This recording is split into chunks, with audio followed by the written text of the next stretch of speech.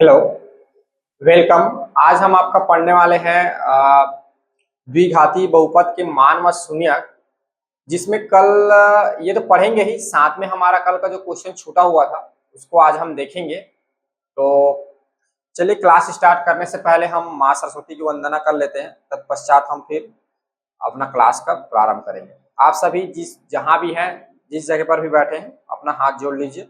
वंदना। या कुन्देन्दु तुषारहारधवला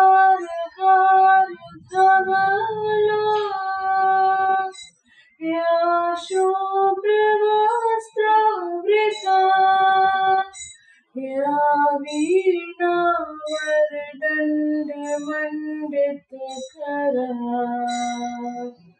या श्वेतपद्मासना या ब्रह्माच्युतशङ्करा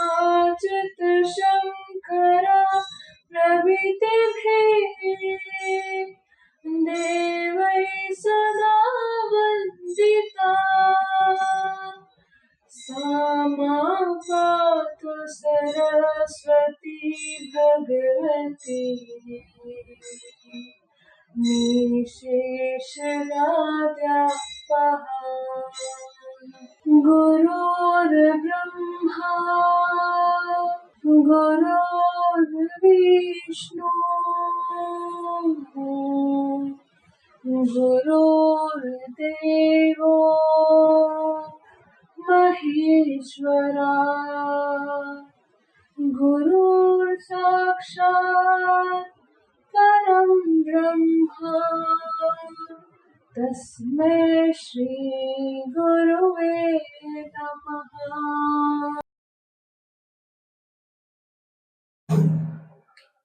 तो जैसे कि मैं आप लोगों को बता रहा था, सबसे पहले कल का जो हमारा छूटा हुआ है उसको देख लेते हैं। हम पढ़ रहे हैं अध्याय नंबर 1 बहुपद, जिसमें आपका प्रश्नावली 3 क्या है? मध्य पद तोड़कर आपको जो द्विघाती बहुपद दिए हैं, मैं प्रश्न नंबर और पढ़ देता हूँ। निम्नलिखित बहुपदों के मध्य पद तोड़कर गुणनखंड ज्ञात कीजिए। ठीक है, मध्य पद को ब्रेक करके आपको उसके गुणनखंड निकालने हैं, गुणनखंड ज्ञात करना है। ठीक है, तो क्वेश्चन नंबर 11 जो था कल हमने छोड़ा था, उसको समझने से पहले क्वेश्चन और देख लेते हैं। जैसे कि मैं देख लेता हूँ क्वेश्चन नंबर 7। ठीक है, तो एक क्वेश्चन आपका, ताकि थोड़ा डाउट क्या क्लियर हो जाए आप लोग का। ये है आप लोग का 7x² -2x -5, ये है। और क्वेश्चन नंबर 11 है जो कि आपका दिया हुआ है √3 y² +9y +6√3, ये क्वेश्चन नंबर 11 है। ठीक है, तो मेरे हिसाब से आप सभी ने तो बहुत अच्छे तरीके से पढ़ के आया होगा क्वेश्चंस प्रैक्टिस करके। तो खैर, अगर नहीं भी पढ़ के आए हैं तो कोई बात नहीं, पहले समझिए कि कैसे हम नॉर्मल जो हमारा द्विघाती बहुपद होता है कैसे हम उसको गुणनखंडन करते हैं, उसके पश्चात फिर ये रूट वाला हम देखेंगे। ठीक है, तो देखिए, तो किसी भी द्विघाती बहुपद को तोड़ने का हमारा क्या है, एक रूल है, नियम है। ठीक है ना, उसमें क्या रूल है? इस x² का गुणांक और अचर पद का गुणनफल जो आएगा उसको ऐसे तोड़ना है कि मध्य की गुणा करें तो उसके बराबर हो और जोड़े घटाएं तो मध्य पद के बराबर आना चाहिए। ठीक है ना, तो यहाँ पर देखिए x² का गुणांक, जिसको हम लोग a लिखते हैं, और अचर पद को क्या लिखते हैं, c। तो a यहाँ पे 7 है और अचर पद क्या है आपका 5 है। दोनों को गुणा करेंगे, कितना आ गया, 35। अब इस 35 को ऐसे दो नंबर, ठीक है, मान लेते हैं नंबर 1 और नंबर 2 में आपको ब्रेक करना है, जिसका मैं मल्टीप्लाई करूं तो क्या होना चाहिए, 35 आए, और इनको जोड़ू या घटाऊं तो मध्य पद के बराबर है। तो मध्य पद क्या है, ऋण का 2 है। ठीक है, तो ऐसे दो नंबर सोचो जिनका गुणा करने पर 35 आए और जोड़ने घटाने पर ऋण का 2 आए। ठीक है, जैसे देखो कितना हो जाएगा, 7 5 6 35, 7 5 6 35, तो 7 में 2 घटाऊंगा तो कितना आ जाएगा, 2 आ जाएगा। ठीक है, तो मैंने वो नंबर लिया 7 5 6 35, एक नंबर 7 ले लिया और एक नंबर ले लिया 35। देख पा रहे हो यहाँ भी आ रहा है 35 और यहाँ भी 35 आ रहा है। ये पहला रूल फॉलो हो गया हमारा। दूसरा देखो, ये पहला है, यहाँ पे नंबरिंग कर देता हूँ। ये देखो पहला रूल अपना क्या हो गया, फॉलो हो गया।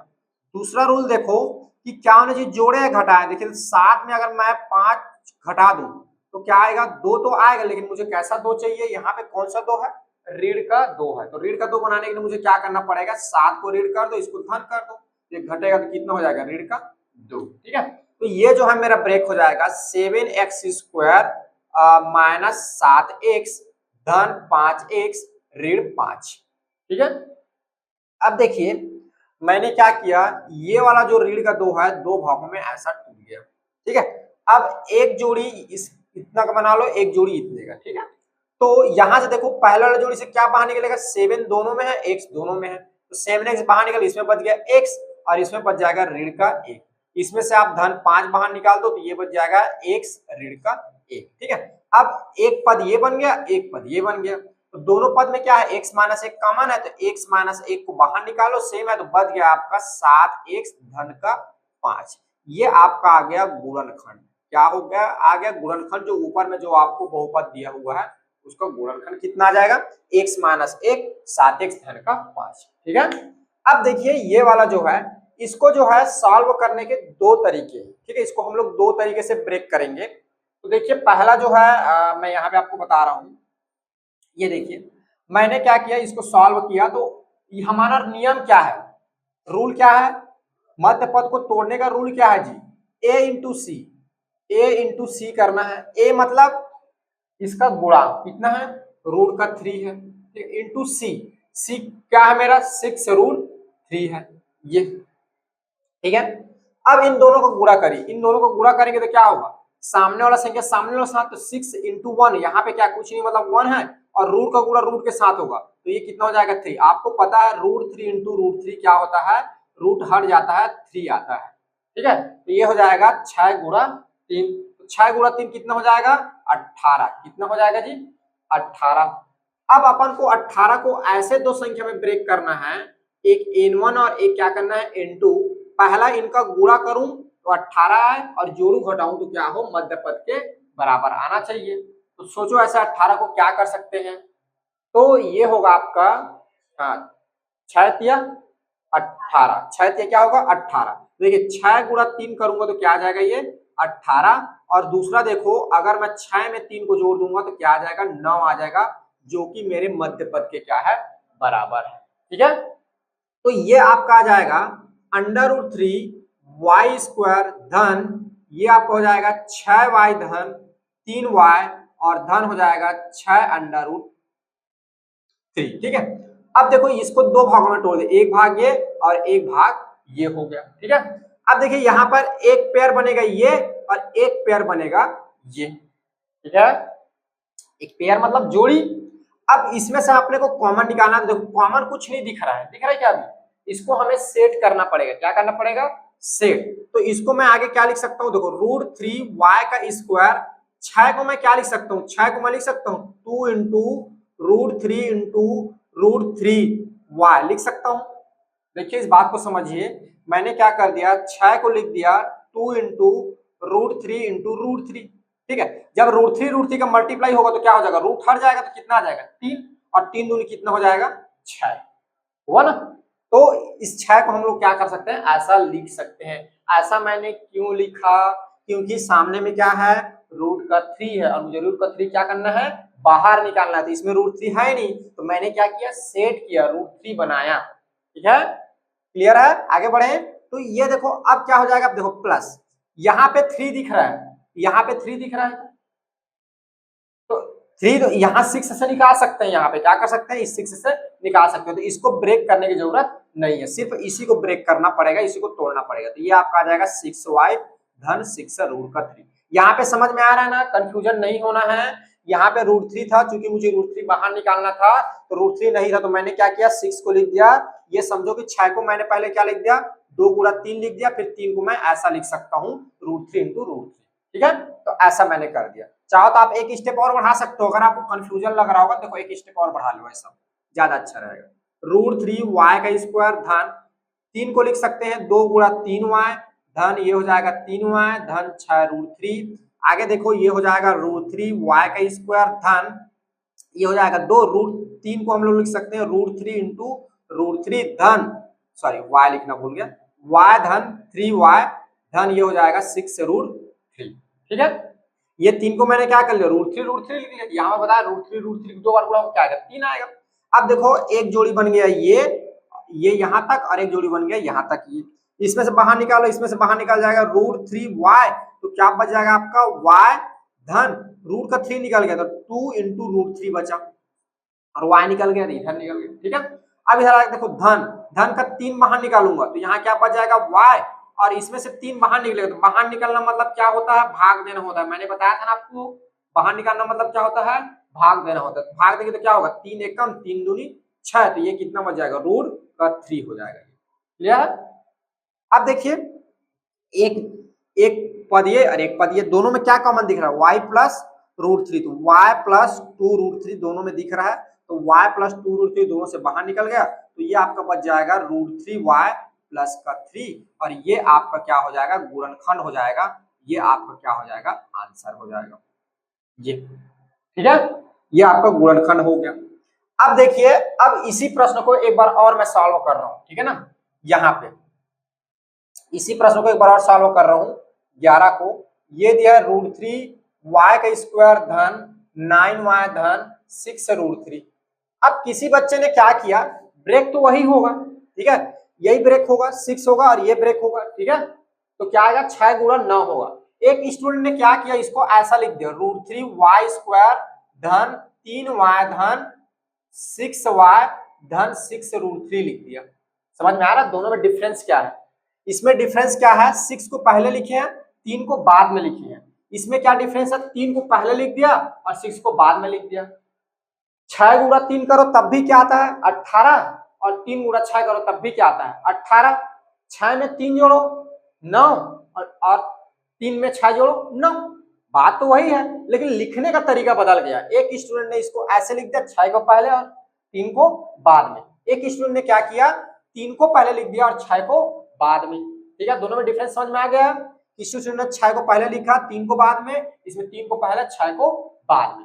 अब क्या करेगा वो, अब इसमें कॉमन निकालने के लिए है नहीं, तो फिर बनाएगा वो, क्या करेगा, बनाएगा √3y का स्क्वायर, तो 3 को क्या लिख सकता है, √3 इंटू √3, और ये हो जाएगा y। ठीक है, इधर मैंने बता दिया √3 इंटू √3 कितना होता है, 3 होता है, तो 3 को √3 लिख सकते हो।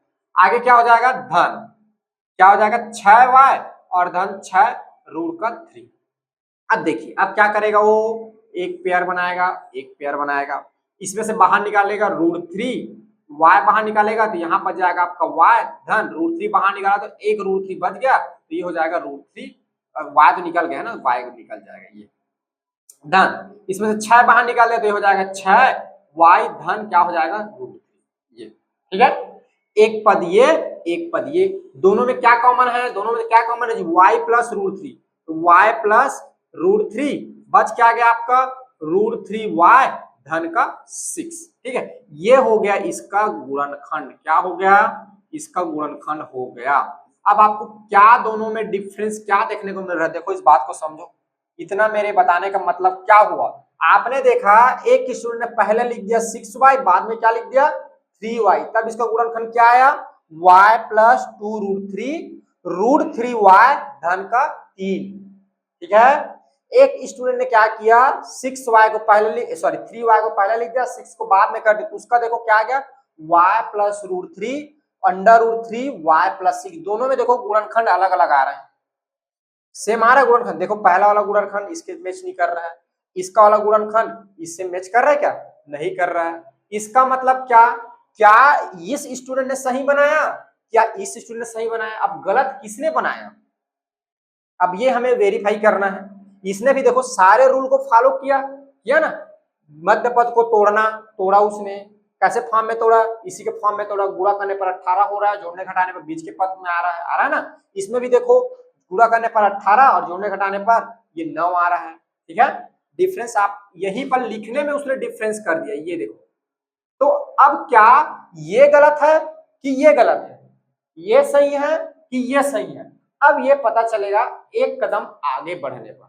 हम एक कदम क्या करेंगे और आगे बढ़ेंगे, द्विघाती जो बहुपद है उसका अगला हमारा अध्याय नंबर 3 आना है, द्विघाती समीकरण। अध्याय नंबर 3 क्या है, द्विघाती समीकरण। तो समीकरण में क्या करते हैं, इसको हम इक्वल 0 मान के चलते हैं। तो चूंकि ये आपकी सिलेबस मतलब इस चैप्टर में नहीं है, नेक्स्ट चैप्टर अध्याय नंबर 3 में आने वाला है, इसको सॉल्व करने वाला, ठीक है। तो उसको जो है मैं पहले ही यहाँ पर बता रहा हूँ आप लोग देखो। तो इसको क्या करेंगे हम आगे सॉल्व करेंगे, इसको मानेंगे, माना, ये वेरीफाई करने के लिए बता रहा हूँ ना, एग्जाम में आपको ऐसा नहीं लिखना है, ठीक है। एग्जाम में आप दोनों में से एक ही आंसर लिखेंगे, ठीक है। ये मैं आपको चेक करना सिखा रहा हूँ कि कौन सही है कौन गलत है। माना आप क्या करोगे, रूट वाई प्लस रूट 3 और रूट 3y+3 इसको आप इक्वल क्या कर दोगे, 0 कर दोगे, ठीक है। तो एक बार क्या होगा, y+2√3 इक्वल 0 हो जाएगा, और एक बार √3y+3 क्या हो जाएगा, इक्वल 0 हो जाएगा। अब इसमें से y का मान निकालो, तो y बराबर उधर जाएगा तो -2√3 आएगा। यहाँ पर क्या आ गया, y का मान y इज इक्वल टू -2√3। इसमें से y का मान निकालो तो √3y बराबर क्या होगा, उधर चला जाएगा -3, तो आगे आपका क्या हो जाएगा, y बराबर -3 डिवाइड बाई क्या हो जाएगा, √3। आगे और सॉल्व करेंगे तो y बराबर 3 को क्या लिख सकते हैं, 3 को लिख सकते हैं √3 इंटू √3 डिवाइड बाई क्या हो जाएगा, √3, ठीक है। एक √3 यहां से कट, एक √3 यहां से कट, तो ये आपका आ जाएगा y बराबर -√3, ये देखिए, ठीक है। अब चलिए अब इसको सॉल्व करते हैं। वैसे यहां पर इसको भी मान लेते हैं, माना y+√3 और √3y+6 इज इक्वल टू 0। तो एक बार क्या होगा, y+√3 को इक्वल 0 करेंगे, एक बार √3y+6 को क्या करेंगे, इक्वल 0 करेंगे। तो y बराबर जब उधर ट्रांसफर होगा तो क्या होगा, माइनस का y is equal to minus का √3 उधर ट्रांसफर होगा तो माइनस हो जाएगा। इसमें देखो √3y ये इधर जाएगा तो क्या हो जाएगा, -6, ये y बराबर हो जाएगा -6 डिवाइड बाई √3, ठीक है। और 6 को क्या लिख सकते हैं, 6 को लिख सकते हैं 2 गुणा 3 2 गुणा 3 डिवाइड बाई √3। फिर आगे क्या लिख सकते हैं, y is equal to 2 into इसको लिख सकते हैं √3 इंटू √3, नीचे का डिवाइड बाई क्या हो जाएगा, √3 कट गया तो y बराबर आपका हो जाएगा -2√3। ये आया समझ में। अब देखो इसके आंसर में क्या, यहां पर क्या है, y बराबर -2√3, यहाँ पे y इज इक्वल टू क्या आ रहा है, -2√3, दोनों क्या आ रहा है, सेम आ रहा है। यहाँ पर देखो y इज इक्वल टू -√3, यहाँ पे क्या आ रहा है, y इज इक्वल टू -√3। आया समझ में। तो ये वाला द्विघाती बहुपद जो है आपके बुक में ऐसा द्विघाती बहुपद है जिसके आपको अलग अलग गुणनखंड देखने को मिलते हैं, लेकिन जब उसको आगे सॉल्व करोगे तो उसका आंसर जो है, हल जो है क्या आता है, बराबर आ रहा है। क्या आ रहा है जी, बराबर आ रहा है। इसका कहने का मतलब ये भी वाला आंसर हमारा बिल्कुल सही है 100%, और ये भी वाला आंसर क्या है, बिल्कुल सही है 100%। बस लिखने का तरीका जो है अलग अलग दिख रहा है। क्या दिख रहा है, लिखने के तरीका जो है अलग दिख रहा है इसमें, और इसमें जो है अलग दिख रहा है, ठीक है। जब इसको हम आगे सॉल्व करते हैं तो आप देख पा रहे हो दोनों में y की वैल्यू जो है बराबर आ रहा है। इसका कहने का मतलब ये भी आंसर सही है और ये भी आंसर 100% क्या है, सही, ठीक है। तो आंसर का रूप अलग अलग दिख रहा है, रहने को वही है। जैसे कि हमारे हिंदू धर्म बोलते हैं ना, क्या बोलते हैं जी, हिंदू मुस्लिम सिख ईसाई सबके सभी क्या है, एक ही ईश्वर है ना। अरे सुने अपनी सुनो आप लोग कि मैं वर्ड भूल रहा हूँ, हिंदू मुस्लिम सिख ईसाई सब क्या है, एक ही भगवान है, सुनो ना। तो उसी प्रकार क्या है, ये एक ही है सब के सब, लेकिन इसका रूप क्या है, अलग अलग है, ठीक है ना। भगवान के तरीके अलग है, मतलब रूप अलग है, लेकिन है वही। तो उसी प्रकार का ये क्या है, आंसर है, और ये भी क्या है, आंसर है, ठीक है। तो दोनों का आंसर सेम है। क्लियर है आप लोग को सभी को, ठीक है। इस पे कंफ्यूज नहीं होना है, इसको ध्यान रखेंगे आप। अब आपके पास प्रश्न ये आता है, सर एग्जाम में ये लिखेंगे तो नंबर देगा कि नहीं देगा, सर एग्जाम में ये लिखेंगे नंबर देगा, देगा 100% नंबर देगा, क्योंकि ये भी सही है और ये भी सही है, ठीक है। यहाँ पे आंसर बस चेंज आ जाएगा, ये अगर आप यहाँ पे बदलोगे तो आंसर क्या दिखेगा, अलग दिखेगा, रहने को वही होगा, ठीक है। चलिए इसको नोट डाउन करिए, फिर अगला जो हमारा नेक्स्ट टॉपिक है द्विघाती बहुपद के मान व शून्य, उसको देखते हैं।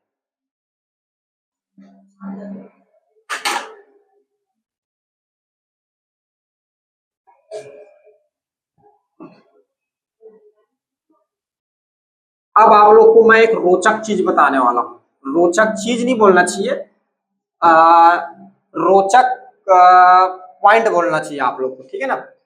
आप लोगों ने मान और शून्यक सुना होगा, ठीक है ना।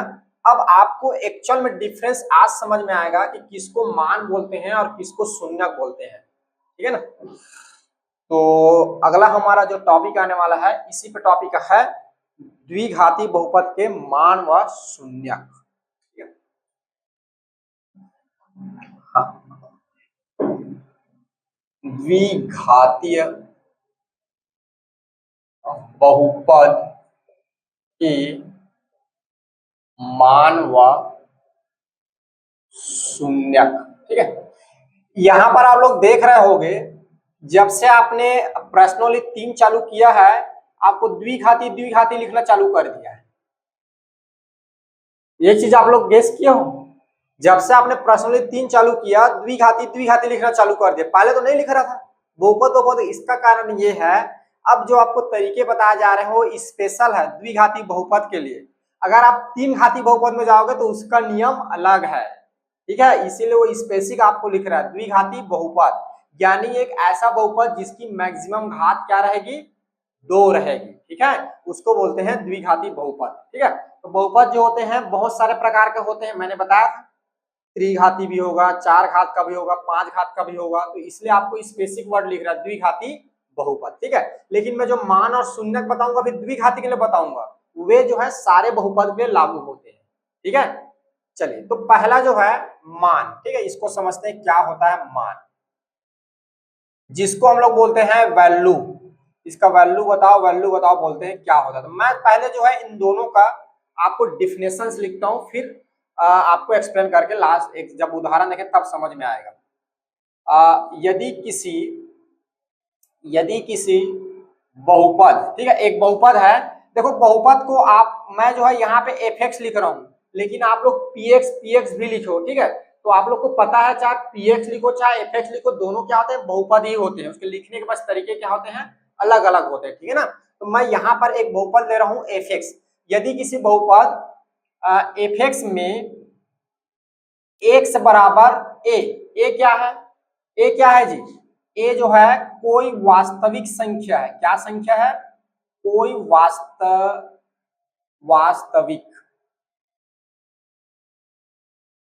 वास्तविक संख्या। ठीक है, ए क्या है, कोई वास्तविक संख्या है। यदि किसी बहुपद एफ एक्स में एक्स इक्वल ए रखने पर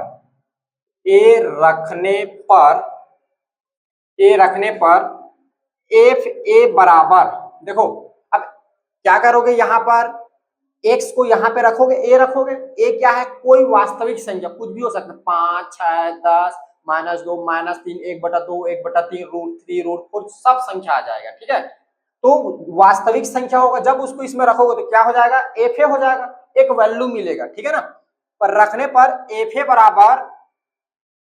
बराबर कोई संख्या प्राप्त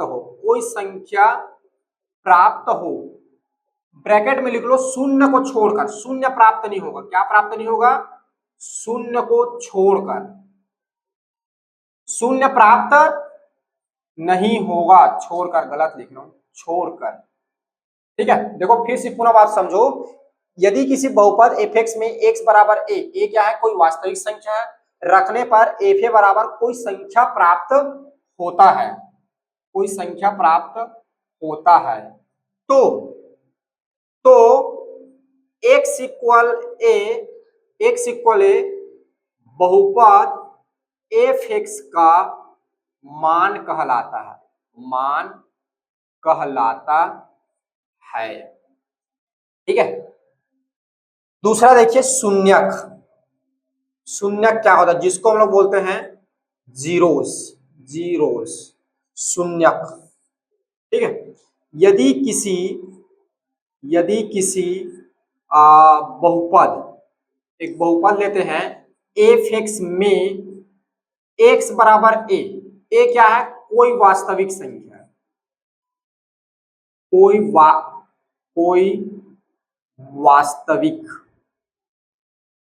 वास्तविक संख्या। ठीक है, रखने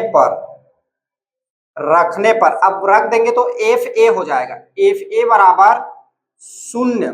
ठीक है, एफ ए बराबर शून्य प्राप्त होता है, प्राप्त होता है तो तो x बराबर a, x बराबर a बहुपद एफ एक्स का शून्यक कहलाता है, शून्यक कहलाता है। ठीक है, देखो दोनों डिफिनेशन में एक ही अंतर है। क्या अंतर है? देखो जी, दोनों डिफिनेशन में क्या अंतर आ रहा है? यहां पर क्या मिल जा रहा है? कोई संख्या मिल रहा है शून्य को छोड़कर, माने शून्य नहीं मिलेगा, 2 4 5 1 2 कुछ भी मिल जाएगा। ठीक है, तो क्या कहलाएगा? जो वैल्यू जो पुट किए है वो वैल्यू क्या कहलाएगा? उस बहुपद का मान कहलाएगा। और दूसरा मैंने क्या बताया? जीरोस, अगर उस बहुपद में कोई वैल्यू पुट किए, अगर जीरो आ गया तो जो पुट किए हैं वही क्या कहलाएगा? उस बहुपद का शून्यक कहलाएगा। देखो उसको उदाहरण से समझो। एक उदाहरण, एक बहुपद लेते हैं। ठीक है, बहुपद जैसे कि मैंने ले लिया पी एक्स। अब बोलोगे सर आपने यहाँ पे एफ एक्स लिखा है, आप यहाँ पे पी एक्स लिख रहे हो। ठीक है, तो चाहो तो इसको पी एक्स भी कर सकते हो। F x P x confuse तो नहीं होगा ना? क्यों जी, एफ एक्स पी एक्स में कोई कंफ्यूजन तो नहीं होगा? एफ एक्स लिखो चाहे पी एक्स लिखो, क्या है? बहुपद है। ये एफ और ए पी सब नाम को बताता रहने को क्या, सब बहुपद। तो मैंने क्या किया, पी एक्स एक बहुपद ले लिया, एक्स स्क्वायर माइनस 6x धन का 9 ले लिया। क्या ले लिया? धन का 9। अब देखो, अब मैं क्या करूंगा, x बराबर 1 रखने पर, रखो x बराबर 1, x बराबर 1 रखूंगा तो देखो, तो P1 बराबर क्या आ जाएगा? 1 का स्क्वायर ऋण 6 1 धन का क्या हो जाएगा? 9। आगे देखो ये हो जाएगा 1 की घात 1 ऋण 6 धन का क्या हो जाएगा? 9। तो 9 और 1 क्या हो जाएगा? 10, 10 ऋण क्या आ गया? 6। सो P1 की वैल्यू कितनी आ जाएगी? 4। P1 की वैल्यू कितनी आ जा रहा है जी? P1 की वैल्यू कितनी आ जा रहा है? 4। यानी क्या मिल रहा है? जब वैल्यू पुट कर रहा हूं तो शून्य नहीं मिल रहा है, कोई संख्या मिल जा रहा है, मिल रहा है ना कोई संख्या। तो ये क्या कहलाएगा? अतः अतः x इक्वल 1, x इक्वल 1 बहुपद px का एक मान है। क्या है? मान है। ठीक है, दूसरा देखिए इसी में, अब पुनः मैं इसी बहुपद को लेता हूं ना, px बराबर x की घात 2 ऋण 6 धन का 9। एक बार मैं क्या करता हूं, x इक्वल 2 रखता हूं। x इक्वल 2 रखने पर अब देखिए तो क्या हो जाएगा? P2 बराबर 2 की घात 2 ऋण 6 2 धन का 9। x की घात 2 करूंगा तो यह हो जाएगा 4 और ऋण 6 दूनी हो जाएगा 12 और धन का ये हो जाएगा आपका 9। तो क्या हो जाएगा? 4 में 9 जुड़ेगा, कितना हो जाएगा? 4 9 13 माइनस क्या आ गया? 12। सो P2 बराबर आपका आ जाएगा धन का 1।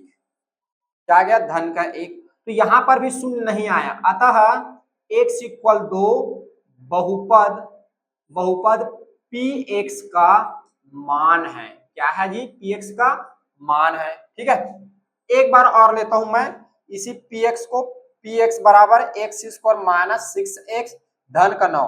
इस बार क्या करता हूं, x इक्वल 3 रखने पर, x इक्वल 3 रखता हूं। देखिए तो p3 बराबर ये आ जाएगा 3 की घात 2 ऋण 6 3 और ये हो जाएगा धन का 9। 3 की घात 2 ये हो जाएगा 9 ऋण 6 तिया 18 धन का 9। दोनों 9 9 जुड़ेगा तो ये हो गया 18 ऋण का 18। तो P3 बराबर कितना आ जाएगा? 0 आ जाएगा। देखो P3 बराबर क्या आ गया? यहाँ पे शून्य आ गया। क्या आ गया जी? शून्य आ गया। अतः अतः x इक्वल 3, x इक्वल 3 बहुपद px का एक शून्यक है। क्या है? शून्यक है। ये इसका मतलब क्या समझे? जो वैल्यू उस बहुपद में रखने पर शून्य उत्तर दे दे वो क्या कहलाता है? शून्यक कहलाता है। और जो वैल्यू उस बहुपद में रखने पर शून्य ना दे उसको क्या बोलते हैं? मान।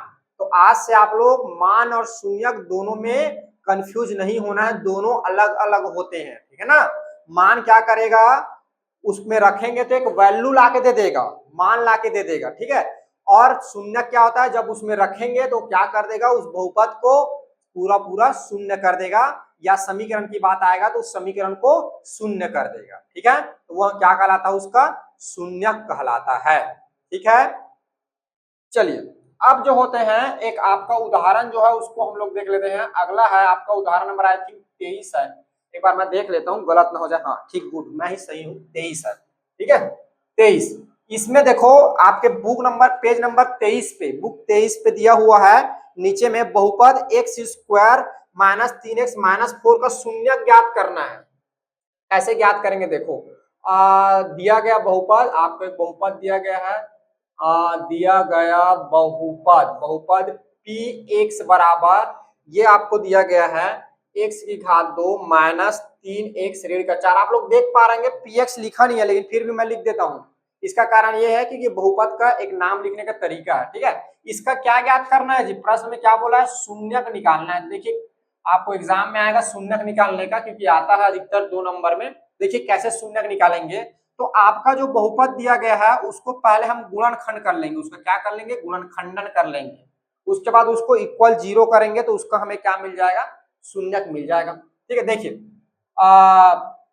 जो बहुपद दिया हुआ है, बहुपद आपको दिया P x x square minus 3, तो इसको पहले क्या करेंगे, x square minus 3x minus 4, इसका गुणनखंड निकालेंगे। तो गुणनखंड निकालने का रूल क्या है, तो a इंटू सी करिए, एक्स स्क्वायर गुणांक और अचर पद का गुणा, तो 1 गुणा 4 बराबर कितना आ गया 4। अब पहला क्या करो, 4 को गुणा के फॉर्म में लिखो, तो इसको लिख सकते हैं 4 गुणा 1 बराबर आ गया 4। और दूसरा देखो 4 में जब 1 घटा देंगे तो क्या मिल जाएगा, 3 मिल जाएगा। और 3 क्या है, इसका मध्य पद है, लेकिन कैसा 3 है, ऋण का 3, तो इसको ऐसा कर देते हैं ऋण 4 धन 1 बराबर क्या हो जाएगा, ऋण का 3 आ जाएगा। ये आ गया गुणा करने पर इसके और इसके गुणांक के गुणनफल के बराबर, और जोड़ने घटाने पर मध्य पद। ठीक है, तो ये जो है आपका टूट जाएगा, ये टूट जाएगा आपका एक्स स्क्वायर माइनस 4x धन का 1 x ऋण का 4। अब देखिए दो दो का जोड़ी बनेगा तो इसमें से बाहर निकलेगा x ऋण का 4, इसमें से हम बाहर निकाल देंगे धन का 1, तो ये हो जाएगा x ऋण 4। अब दोनों में x ऋण 4 कॉमन है तो x ऋण 4, और इधर हो गया x धन 1। ये क्या हो गया आपका, ये क्या निकल गया जी, गुणनखंड निकल गया। क्या निकल गया, ये गुणनखंड निकल गया। अब इसका हमें क्या निकालना है, मान निकालना, तो हम क्या करेंगे, इसको मानेंगे, माना सॉरी शून्यक निकालना है, तो माना x माइनस 4 x धन 1 बराबर क्या मान लेंगे, 0 मान लेंगे। क्या मान लेंगे जी, 0। अब x माइनस 4 बराबर ये हो जाएगा 0 एक बार, एक हो जाएगा x धन 1 बराबर क्या हो जाएगा 0। सो x बराबर आपको उधर जाएगा तो क्या हो जाएगा धन का 4, और x बराबर जब उधर जाएगा तो क्या हो जाएगा ऋण का 4। तो अतः अतः अतः बहुपद बहुपद px का जो शून्यक होगा ये आपको मिलेगा x बराबर 4 और x बराबर ऋण 1 होगा। अब ये शून्यक है, इसका कहने का मतलब क्या, ये शून्यक है, इसका कहने का मतलब क्या, अगर इन वैल्यू को इसमें रखोगे तो ये क्या कर देगा, 0 कर देगा। क्या कर देगा जी, 0 कर देगा। तो अगर आपको बहुपद दिया रहा है और शून्यक निकालने को बोले तो इस तरह से आप निकाल सकते हो। एक चीज मैं आपको यहाँ पे क्लियर कर दूं, अभी आप देख पा रहे हो ये दोनों क्या है जी, क्या है ये क्या है, ये क्या है आपका शून्यक है। तो आप देख पा रहे हैं कि कोई भी जब बहुपद दिया गया है तो उस बहुपद का हमने क्या निकाला, गुणनखंड निकाला, और गुणनखंड निकाल के क्या निकाला, शून्यक निकाला। आपके प्रश्नों में ऐसे प्रश्न आएगा कि आपको शून्यक दिया रहेगा और शून्यक दिया रहेगा, आपको बोलेगा गुणनखंड निकालो और उसके बाद बहुपद निकालो, उल्टा पूछेगा। तो हमने क्या चला, ऐसे चला, अगर ये दिया रहा है तो इसको ऐसे पलटते जाओगे, इसको क्या करोगे, इधर ट्रांसफर करोगे, इक्वल 0 करोगे, फिर उसके बाद 0 को उधर हटाओगे, फिर उन दोनों को ऐसे लिखोगे। ठीक है, तो ये गुणनखंड हो जाएगा। ठीक है, जब प्रश्नों में देखेंगे तो आपको ज्यादा समझ में आएगा। ये क्या किया, शून्यक निकाला, इसी को उल्टा दे देगा, शून्यक दे देगा और बोलेगा गुणनखंड निकालो, तो इसको क्या करोगे, ऐसे पलट दोगे, जस्ट इसका उल्टा। ठीक है, चलिए इसको नोट डाउन करिए, फिर अगला जो है हम फिर आपके क्वेश्चंस देखते हैं।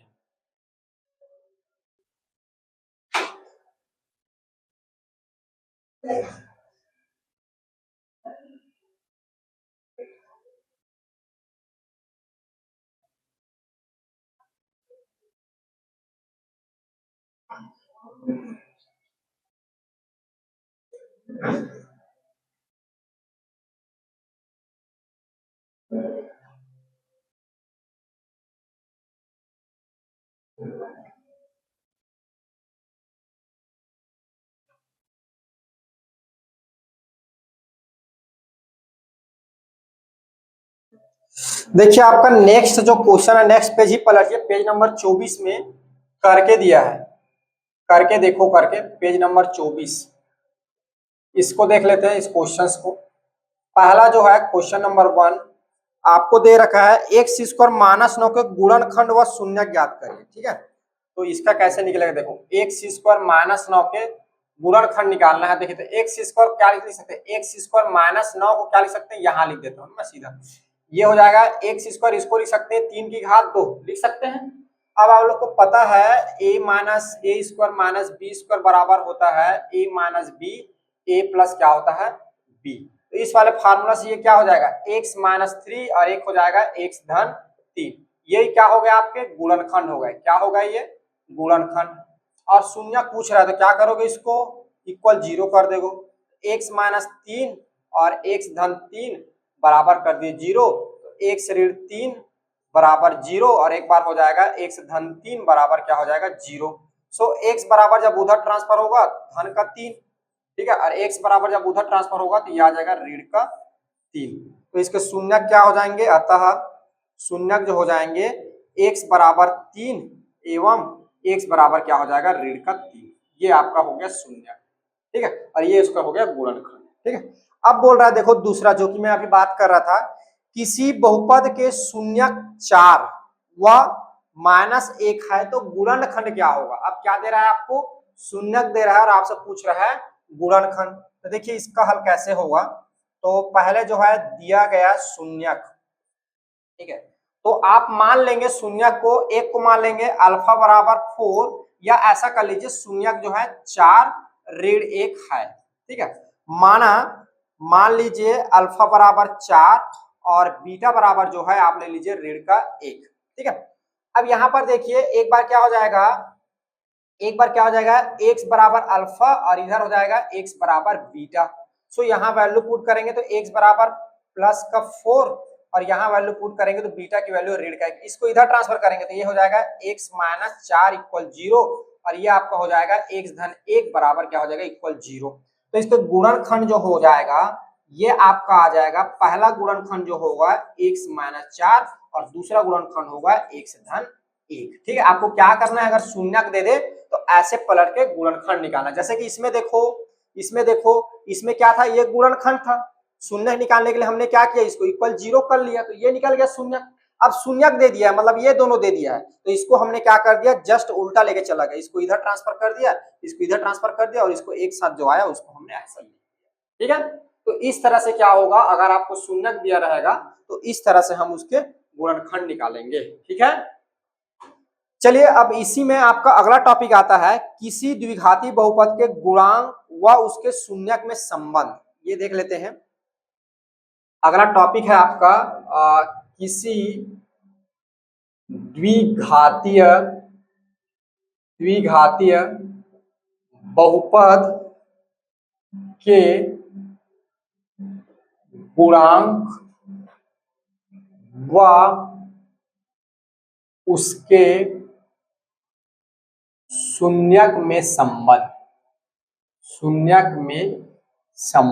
ठीक है, relation between coefficient and zeros. ठीक है, द्विघाती बहुपद के गुणांक व शून्यक में संबंध। ठीक है, तो सबसे पहले हम तो समझ लेते हैं द्विघाती बहुपद एक बार, हालांकि आप लोग को पता है लेकिन पुनः मैं आपको एक बार बता देता हूं। ठीक है, तो द्विघाती जो बहुपद होता है इसका सामान्य रूप देखिए, द्विघाती जो बहुपद है इसका सामान्य रूप क्या होता है, ये आपका होता है x square plus b x plus c equal क्या होता है 0, जहां आप ध्यान रखेंगे ए जो होता है कभी भी बराबर 0 नहीं होता है, ये चीज को आप ध्यान रखेंगे। ठीक है, यहाँ क्या है, ए जो है आपका, ए जो है एक्स स्क्वायर का गुणांक है, ए क्या है एक्स स्क्वायर का गुणांक है, बी क्या है, बी जो है एक्स का गुणांक है, और सी क्या है, सी आपका कहलाता है यहाँ पे अचर पद, सी क्या कहलाता है अचर पद यहाँ पे आपका कहलाता है। ठीक है ना, देखिए जब इस द्विघाती बहुपद को हम जब सॉल्व करेंगे, क्या करेंगे, द्विघाती बहुपद को जब सॉल्व करेंगे तो इसके जो होते हैं अल्फा और बीटा दो वैल्यू मिलता है। ठीक है ना, तो इसका जो है गुणनफल डायरेक्ट मैं लिख रहा हूं, आपको नहीं बता रहा हूं उसका। ये जो होगा जब x square plus b x plus c को जब हल करेंगे तो ये आपका आएगा के एक्स माइनस अल्फा और एक्स माइनस बीटा। ठीक है, जब इसको सॉल्व करेंगे तो ये आएगा डायरेक्ट। आप इस चीज को समझिए, मैं आपको ज्यादा इसमें एक्सप्लेन करके नहीं बता रहा हूँ, ठीक है ना। तो जब इस द्विघाती बहुपद को जब, क्योंकि ये हमारा उतना इंपॉर्टेंट नहीं है, इंपॉर्टेंट जो इससे जो आगे निकल के आएगा वो हमारे लिए जरूरी है, ठीक है। तो आप ये समझिए कि x square plus b x plus c को जब हल करते हैं तो हमें क्या होता है कि x minus alpha x minus beta मिलता है। अब यहाँ पे ये तो आप लोगों को क्लियर हो गया होगा, x minus alpha x minus beta क्या क्या है, इसके गुणनखंड है। के क्या है, के यहाँ पे ये समझिए ये गुणांक है उसका। जैसे कि कल हमने देखा था ना 12 गुणा करके एक दो वैल्यू आया था, तो सामने में 12 आ गया था ना, उसी प्रकार समझिए क्या आ गया, सामने में एक और पद आ गया अचर पद, ठीक है ना। और ये दोनों क्या हो गए उसके गुणांक। तो इस हिसाब से इसके कितने गुणांक मिल रहे हैं यहाँ पे, कितने गुणनखंड मिल रहा है, 3 गुणनखंड। कितने गुणनखंड, 3 गुणनखंड मिल रहा है। ये आप समझ के ऐसा चलिए, या डायरेक्ट समझिए, इसको जब हल करेंगे तो हमें क्या मिलेगा, ये मिलेगा, ठीक है। यहां तक क्लियर है। अब देखिए, अब आगे इसको हम सॉल्व करेंगे और दोनों में एक रिलेशन बताएंगे, ठीक है। और यहां पर एक चीज और आपको बता दूं, अल्फा और बीटा जो है, अल्फा बीटा क्या है, अल्फा बीटा जो है द्विघाती बहुपद के शून्यक है। द्विघातीय बहुपद के शून्यक है। क्या है, अल्फा बीटा द्विघाती बहुपद के शून्यक है, ठीक है। इस चीज को आप ध्यान रखेंगे, अल्फा और बीटा क्या है, द्विघाती बहुपद के शून्यक है। क्लियर है। आगे बढ़े तो आगे क्या हो जाएगा, देखो आगे जो है इस पद को भी सॉल्व करिए इधर को, तो ये हो जाएगा के। अब ये देखिए इन दोनों का मल्टीप्लाई होगा तो कैसे होगा, आपको पता है जब मल्टीप्लाई होता है बहुपद में तो एक पद का गुणा प्रत्येक पद का गुणा प्रत्येक पद के साथ, तो इस एक से गुणा इन दोनों के साथ होगा, माइनस अल्फा गुणा इन दोनों के साथ, तो ये आपका हो जाएगा x square minus beta x, इसके साथ होगा तो माइनस अल्फा एक्स, और इसके साथ minus minus plus alpha into क्या हो जाएगा, बीटा हो जाएगा, ठीक है। आगे देखिए, आगे ये हो जाएगा के। अब देखिए यहाँ पे सबसे बड़ी कंफ्यूजन यहाँ पे होती है। पहला मैं इसको पहले जमा लेता हूँ ताकि आप कंफ्यूज ना हो। अल्फा एक्स मैं क्या करता हूँ, इनमें से पहले मैं माइनस बाहर निकाल देता हूँ, इनमें से तो माइनस बाहर निकालूंगा तो इसको लिख सकता हूँ alpha x plus beta x, ये हो जाएगा अल्फा बीटा, लिख सकता हूँ। देखिए कंफ्यूज मत हो, ये यहाँ पर समझिए मैंने दोनों में से माइनस क्या कर लिया, बाहर निकाल दिया, तो ये आपका हो गया अल्फा एक्स और ये आपका क्या हो गया, बीटा एक्स, ठीक है। दोनों में से माइनस माइनस बाहर निकाल दो और इसको यहाँ लिख दिया, उसको यहाँ लिख दिया। क्लियर है। आगे चलते हैं, देखो ये आपका हो जाएगा के एक्स स्क्वायर माइनस, अब एक्स बाहर निकालूंगा तो ये हो जाएगा अल्फा प्लस बीटा, इधर बाहर निकल गया एक्स, ये हो गया प्लस अल्फा बीटा, ये ठीक है। अब इस के का मैं मल्टीप्लाई करूंगा तो ये हो जाएगा आपका के एक्स स्क्वायर माइनस के अल्फा प्लस बीटा और एक्स प्लस ये हो जाएगा के अल्फा इंटू बीटा, ठीक है। अतः ये किसके बराबर, ये x square plus b x plus c, इसको जब हमने सॉल्व किया तो हमें क्या मिल गया, इतना मिल गया, ठीक है, इतना मिल गया। अब हम क्या करेंगे, दोनों पक्षों की तुलना करेंगे, दोनों पक्षों की तुलना तुलना कैसे करते हैं जी, तुलना कैसे करते हैं, जैसे कि समझ लो आप सब्जी लेने गए हो, क्या लेने, मार्केट में क्या लेने जाते हो, टमाटर लेने गए हो, ठीक है ना। तो टमाटर लेने जाते हो तो आजकल तो इलेक्ट्रॉनिक काटा आ गया, सीधा चढ़ाया फिर बता देता है इतना वजन है, ठीक है। पहले जब पुराने जमाने में जब छोटे छोटे रहोगे तो बड़े हो गए तो इलेक्ट्रॉनिक काटा आ गया। जहां तक मुझे पता है जब हम लोग बचपन में थे तो हम लोग देखे तो ऐसे पकड़ने वाला आता था, एक एक हाथ में पकड़ता था, एक साइड बाट रखता था और एक साइड क्या रखता था, जैसे टमाटर लेने गया तो एक साइड टमाटर रखता था और उसको क्या करता था, वजन करके देखता था, जब दोनों इक्वल रहता था तो आपको फिर देता था, या तो आपके साइड ज्यादा उतरना चाहिए टमाटर तब आपको देता था। तो यहाँ पे हमको ज्यादा को नहीं लेना है, किसको लेना है, इक्वल को लेना है, ठीक है ना। अब देखिए इक्वल कहने का मतलब क्या, अब आप लोग ये टमाटर तो है नहीं कि इधर बाढ़ चढ़ा दोगे इधर टमाटर चढ़ा दोगे और वजन करोगे, ये क्या है, बहुपद है। और बहुपद में हम क्या पढ़ते हैं, चर अचर पढ़ते हैं। क्या पढ़ते हैं जी, चर और अचर। तो चर अचर में मैं बताया बहुपद में कभी भी चर अचर की गणना कैसे होती है, उसके घात के आधार पर। बहुपद की गणना कैसे करते हैं, घात के आधार पर। तो यहाँ पे किसकी तुलना करेंगे, बराबर घात वालों की तुलना करेंगे। किसकी तुलना करेंगे, बराबर घात वालों की, ठीक है। ये समझ लो कि दोनों साइड टमाटर टमाटर ही रखना है, अगर दोनों साइड करेले रख रहे हैं दोनों साइड करेला के ही सब्जी रखना है, ठीक है। समझ में आ गया ना, एक साइड लौकी और एक साइड टमाटर ऐसा नहीं रखना है, इस चीज को क्लियर समझिए। तो यहाँ पे क्या करेंगे, घात को हम देखकर चलेंगे। तो यहाँ पर देखिए इसकी घात कितनी है 2 और यहाँ पर इसकी घात कितनी है 2, तो इन दोनों की तुलना करेंगे तो दोनों के बीच में क्या का चिन्ह है, बराबर का, मतलब दोनों साइड पड़ला क्या है, बराबर है। तो यहाँ पे क्या हो जाएगा ax² बराबर क्या हो जाएगा kx का स्क्वायर हो जाएगा। ठीक है, अब देखिए अब आगे इसको सॉल्व करें। देखिए तो दोनों साइड अगर बराबर है तो यहाँ क्या हो जाएगा, ये x² क्या हो जाएगा, कट जाएगा। इसीलिए इसको डायरेक्ट लिखा जाता है। देखिए मैं यहाँ पे आपको इसलिए डायरेक्ट लिखा जाता है, ये इसकी तुलना, तो यहाँ पे क्या हो जाएगा a बराबर आपका आ जाएगा k। आया समझ में, a बराबर k आ जाएगा, या इसी को बोल सकते हैं k बराबर a, ऐसा हम डायरेक्ट लिख सकते हैं। क्लियर है, क्लियर है जी, आगे बढ़ते हैं। अब देखिए अब किसका आएगा bx और इसमें क्या है x वाला पद, जब घात 1 हो तो घात 1 वाला बराबर है, अगर इसको इक्वल लिखेंगे तो वैसे x कट जाएगा जैसे अभी कटा वैसे, तो डायरेक्ट इसको हम लिख देते हैं, डायरेक्ट यहाँ पे डायरेक्ट लिख देते हैं b बराबर क्या हो जाएगा, देखो यहाँ पे क्या है प्लस है और यहाँ पे क्या है माइनस है, तो ये हो जाएगा माइनस k और यहाँ पे क्या है अल्फा प्लस बीटा। ठीक है, चिन्हों को ध्यान देना है, गणित पढ़ रहे हो, ठीक है, तो गणित में चिन्ह का महत्व है, तो यहाँ पे आप जो है चिन्हों का जो है ध्यान देंगे।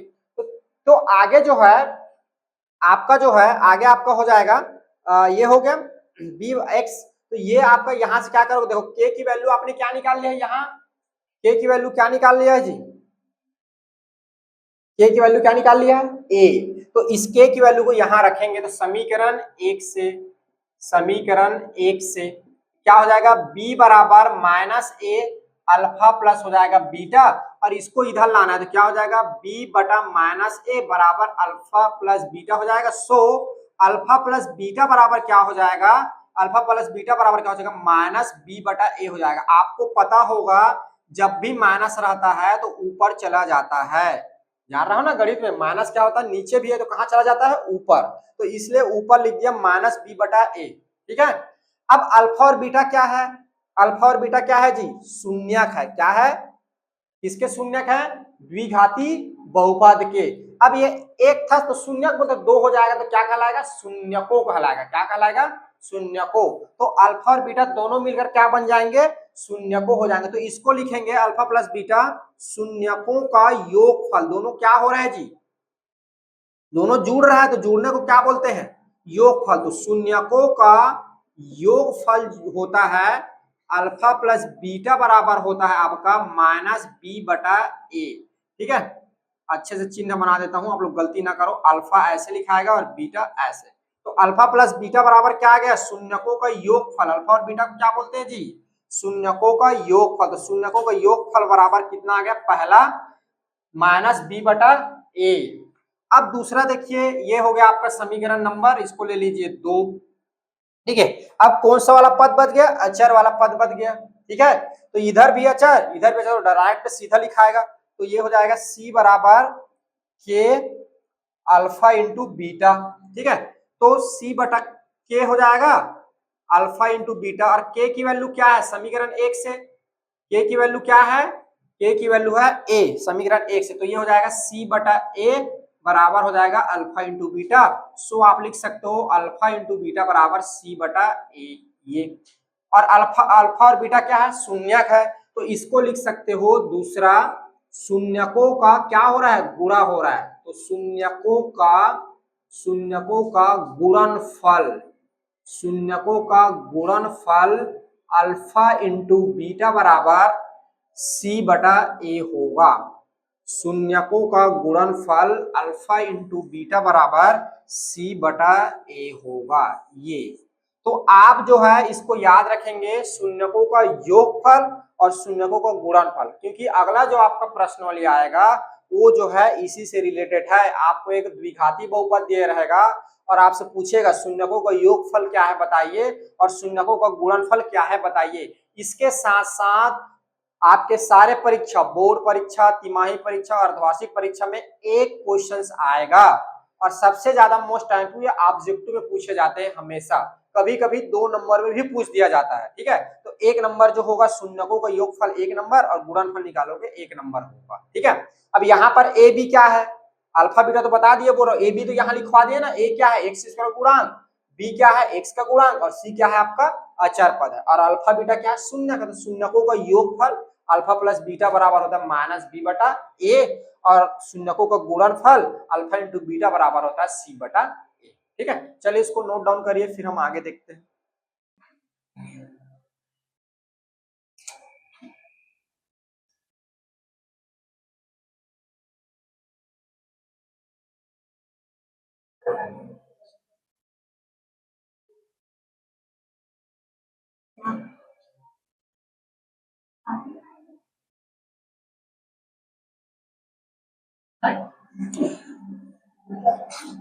चलिए अगला जो है हमारा जो है प्रश्नावली के प्रश्न है, उसको हम लोग देख लेते हैं।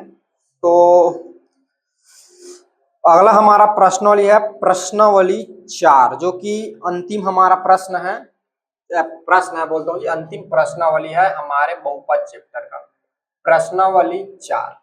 इसमें क्वेश्चन नंबर 1 जो आपका पहला जो प्रश्न है उसका पहला क्या बोल रहा है, नीचे x square plus b x plus c रूप के कुछ द्विघाती बहुपद के शून्यक दिए गए हैं, तब बहुपद के गुणनखंड लिखिए। क्या दिए गए हैं, शून्यक, तो आपको क्या बनाना है, गुणनखंड। तो देखिए पहला जो है दिया गया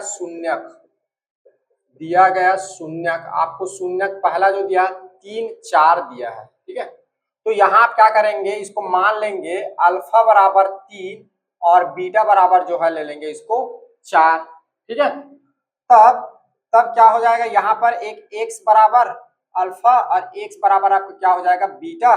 सो जब ये इधर तो वैल्यू पुट करेंगे तो ये हो जाएगा 3 और इसकी वैल्यू पुट करेंगे ये हो जाएगा 4। इसको इधर ट्रांसफर कर लेते हैं तो x माइनस का 3 बराबर 0 और ये हो जाएगा x माइनस 4 बराबर 0। तो ये हो जाएगा आपका गुणनखंड जो है आपका हो जाएगा गुणनखंड बराबर हो जाएगा x माइनस 3 और x ऋण क्या हो जाएगा 4। ठीक है, ये देखिए दूसरा, इसमें मैं आपको बता देता हूं, दूसरा को ही देखिए। ठीक है, जहां आपको क्या दिए हुए हैं -2 और -3 दिया हुआ है। ठीक है, अगर आपको ये अल्फा बीटा मानना दुख लग रहा होगा, दुख मतलब समझ रहा हो, मतलब आपको डाउटफुल लग रहा होगा कहां से अल्फा बीटा आया, तो आप डायरेक्ट लिख सकते हो माना x बराबर ऐसा करके, अल्फा बीटा लोग ज्यादा क्लियर है, माना x बराबर -2 और एक बार मान लोगे x बराबर -3, क्योंकि इसका हल हो गया।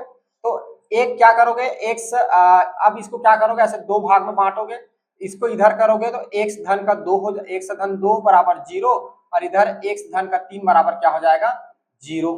तो आपका जो है अतः आपका जो है गुणनखंड जो है ये आपका आ जाएगा गुणनखंड बराबर x धन 2 और एक आपको मिल जाएगा x धन 3। ये ठीक है, एक माइनस प्लस वाला ले लेता हूं, जैसे कि तीसरा जो कि आपको कठिन भी लग रहा होगा। तीसरा देखिए ये आपको दिया हुआ है 1/2 और एक दिया हुआ है -1/2। ठीक है, तो इसको क्या कर लीजिए, एक बार मान लीजिए x बराबर 1/2 हो जाएगा, एक बार आपका हो जाएगा x बराबर ऋण 1/2। ठीक है, तो x का जब इधर करेंगे तो ये हो जाएगा -1/2 इक्वल 0, जब इसको इधर ट्रांसफर करेंगे तो x धन 1/2 इक्वल हो जाएगा 0। तो अतः आपका जो है गुणनखंड जो है ये आपका आ जाएगा x माइनस 1/2, एक हो जाएगा x धन 1/2 और ये हो जाएगा आपका आंसर गुणनखंड। ठीक है, अगर आप एग्जाम में अच्छे तरीके से लिखना चाहते हैं तो कोशिश करिए एटलीस्ट ये वाला लिखिए। ठीक है, क्योंकि ये जो है आपका पूरा बुक में मेथड बताया गया उस हिसाब से ये क्लियर है। अल्फा बीटा क्या होते हैं उसके हल होते हैं शून्यक के, तो अल्फा बीटा बराबर करके लिखोगे तो ये वाला लिखना ज्यादा बेटर है। और इसको मैं जो है आप लोग को कैसे सॉल्व करना है ये बता, अगर ये भी लिखोगे तब भी आपको नंबर देगा, ऐसा नहीं है कि नंबर नहीं देगा। ठीक है, नंबर बराबर मिलेगा, लेकिन बेस्ट लिखना तो ये वाला लिखो। चलिए इसी में नीचे के जो क्वेश्चन उसको भी देख लेते हैं। हल दूसरा, ठीक है, हल दूसरा, निम्नलिखित बहुपदों के शून्यकों का योगफल एवं गुणनफल ज्ञात करना है। क्या ज्ञात करना है, योगफल एवं गुणनफल। तो इसमें देखिए पहला जो है आपका दिया गया बहुपद, पहला को बता रहा हूं, दिया गया बहुपद पहला आपका बहुपद दिया है ax² प्लस 10x प्लस 24। ठीक है, अब सबसे पहले इसमें आपको क्या करना होगा, ABC निकालना होगा, तभी तो आप लोग निकालोगे ना। तो इसकी क्या करोगे, इसकी तुलना इसकी तुलना इसकी तुलना a x square plus b x plus c से करने पर, ये x plus b x plus c क्या है जी, x square plus b x plus c क्या है, ये क्या है, द्विघाती बहुपद का सामान्य रूप, ठीक है, या व्यापक रूप, जिसको हम लोग क्या बोलते हैं, व्यापक रूप है। अब इसकी तुलना करो तो ए की जगह पे क्या है, ए की जगह पे क्या है, यहाँ पे 1 है, बी की जगह पे क्या है 10 है, और सी की जगह पे क्या है 24 है। तो पहला आपको क्या निकालना है, शून्यकों का योगफल। तो शून्यकों का योगफल अल्फा प्लस बीटा बराबर आपको क्या दिया, माइनस बी बटा ए। ठीक है, देखिए माइनस पहले से लगा है, बी जो है उसको रखो, ये हो जाएगा माइनस बी क्या है 10 और एक क्या है यहाँ पर एक, तो क्या हो जाएगा ऋण का, यहाँ पर लिख सकते हो अल्फा प्लस बीटा बराबर ये आपका आ जाएगा ऋण का 10। ठीक है, ये पहला आंसर। दूसरा देखिए, शून्यकों का गुणनफल। ठीक है, तो शून्यकों का गुणनफल आपका होता है सी बटा ए। सी की वैल्यू क्या दिया है यहाँ पे 24 और ए की वैल्यू क्या है 1, तो अल्फा इंटू बीटा यानी शून्यकों का गुणनफल जो हो जाएगा ये आपका आ जाएगा 24। क्या मिल जाएगा आपको, 24 मिल जाएगा। ठीक है, ऐसे होगा हल। इसमें आपका नेक्स्ट वाला देख लेते हैं, चलो दूसरा। ठीक है, फिर आपका फोर्थ बता दूंगा। दूसरा देखिए, ये आपका दिया हुआ है 2x square minus 7x minus का 9। ठीक है, इसकी तुलना कर दीजिए, इसकी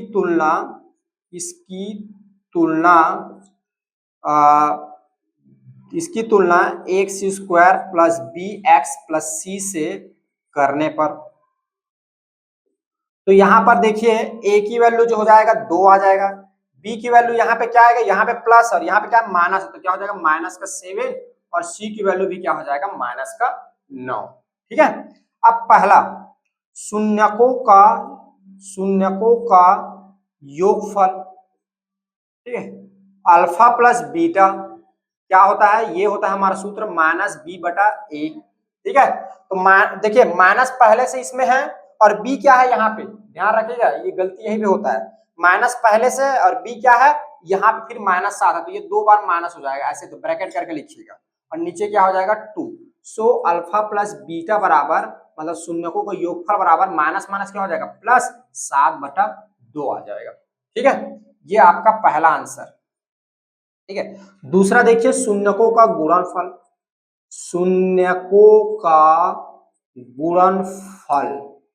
गुणनफल अल्फा इंटू बीटा बराबर होगा सी बटा ए। अब देखिए सी की वैल्यू क्या है माइनस का 9 और ए की वैल्यू क्या है यहाँ पे 2, तो अल्फा इंटू बीटा बराबर शून्यकों का गुणनफल माइनस 9/2 हो जाएगा ये। ठीक है, चलिए एक और प्रश्न देखते हैं लास्ट, बाकी जो प्रश्न आपके लिए रहेंगे। इसमें जो है मैं आपका चौथा बता देता हूं, सामने माइनस वाला है। चौथा जो है ये आपको दिया हुआ है minus 5x square plus 3x plus की 4। ठीक है, चलिए अब इसकी तुलना करके मुझे बताइए क्या क्या होगा, तब तक मैं लिख रहा हूं इसकी तुलना ax square plus bx plus c से करने पर। ठीक है, ये तो यहाँ पे क्या हो जाएगा, a बराबर माइनस का 5, b बराबर धन का 3, c बराबर धन का 4। पहला निकाल लीजिए आप, शून्यकों का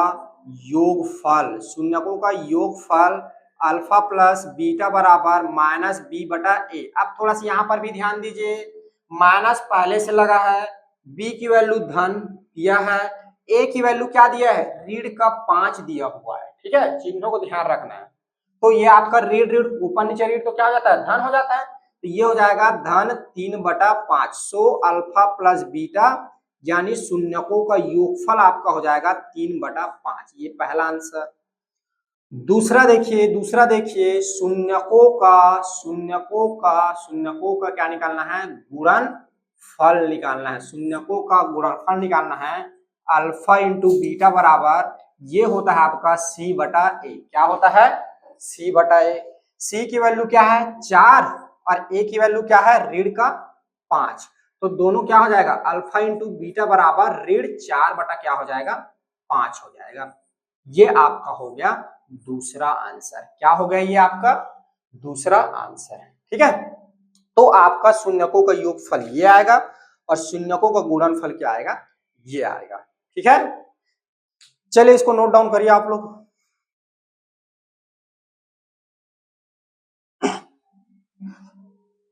देखिए इस तरह से हमारा जो पहला जो अध्याय है बहुपद, ये क्या होता है, पूरी पूरी तरह से कंप्लीट होता है। मैंने अपने तरफ से ऐसे जितने भी क्वेश्चंस है जो आपको कठिन लग सकता है और जिसमें कंफ्यूजन ज्यादा आती है, वे सारे क्वेश्चंस मैंने आपको बता दिया है। अगर आपको फिर भी कहीं कुछ क्वेश्चंस में डाउट आती है तो मुझे कमेंट करके आप जो है अपने प्रश्न को बता सकते हैं। मैं उसका आपको सॉल्यूशन बताने का पूर्णतः कोशिश करूंगा। तो आप लोग जो है एक बार जितना मैंने पढ़ाया उसको रिवाइज कर लीजिए। रिवीजन करने के बाद और आपके जितने क्वेश्चंस बच गए हैं वे सारे क्वेश्चंस को आप लोग बार बार प्रैक्टिस करके देखिए। आपको धीरे धीरे क्या लगेंगे, वो इजी लगेंगे, ठीक है ना। देखिए मैं आप लोग को एक मतलब मेमोरी फ्रेश करने का एक तरीका बता रहा हूँ, ठीक है। अधिकतर क्या होते हैं, हम पढ़ते पढ़ते पढ़ते पढ़ते बोर हो जाते हैं, तो दिमाग को क्या चाहिए, फ्रेशनेस चाहिए। तो दिमाग को फ्रेश करने के मेरे पास बहुत सारे टेक्निक है, जिसमें सबसे इजी वाला टेक्निक मैं आपको बता रहा हूँ। इसको बोलते हैं लाफिंग टेक्निक, मतलब हंसने की प्रैक्टिस करना, बिना मतलब के हंसना, ठीक है। तो चलिए आज जो है हम आपका लाफिंग टेक्निक जिसको बोलते हैं हंसने की प्रैक्टिस, इसमें आपको ऐसा है कि कोई रीजन के साथ नहीं हंसना है, इसमें जो है हंसना है, हंसना है, बस हंसना है, ठीक है ना।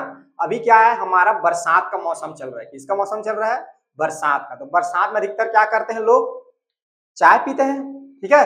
तो चलिए हम जो है चाय ले लिए और ये मिलाया, ये मिलाया और ये मिलाया। अब चाय को मैंने क्या किया, पीऊंगा, मैं चाय नहीं पीऊंगा, मैंने फेंक दिया। हंसो हा हा हा हा हा, और हंसो जोर से, हंसो हा हा हा हा। मतलब आपको क्या करना है, हंसना है, ठीक है। चलिए फिर से पुनः एक बार प्रैक्टिस करते हैं। ये चाय मिला, ये चाय मिला। चलो इस बार चाय नहीं, इस बार क्या लेते हैं, गर्मी में क्या पीते हैं, लस्सी, ठीक है।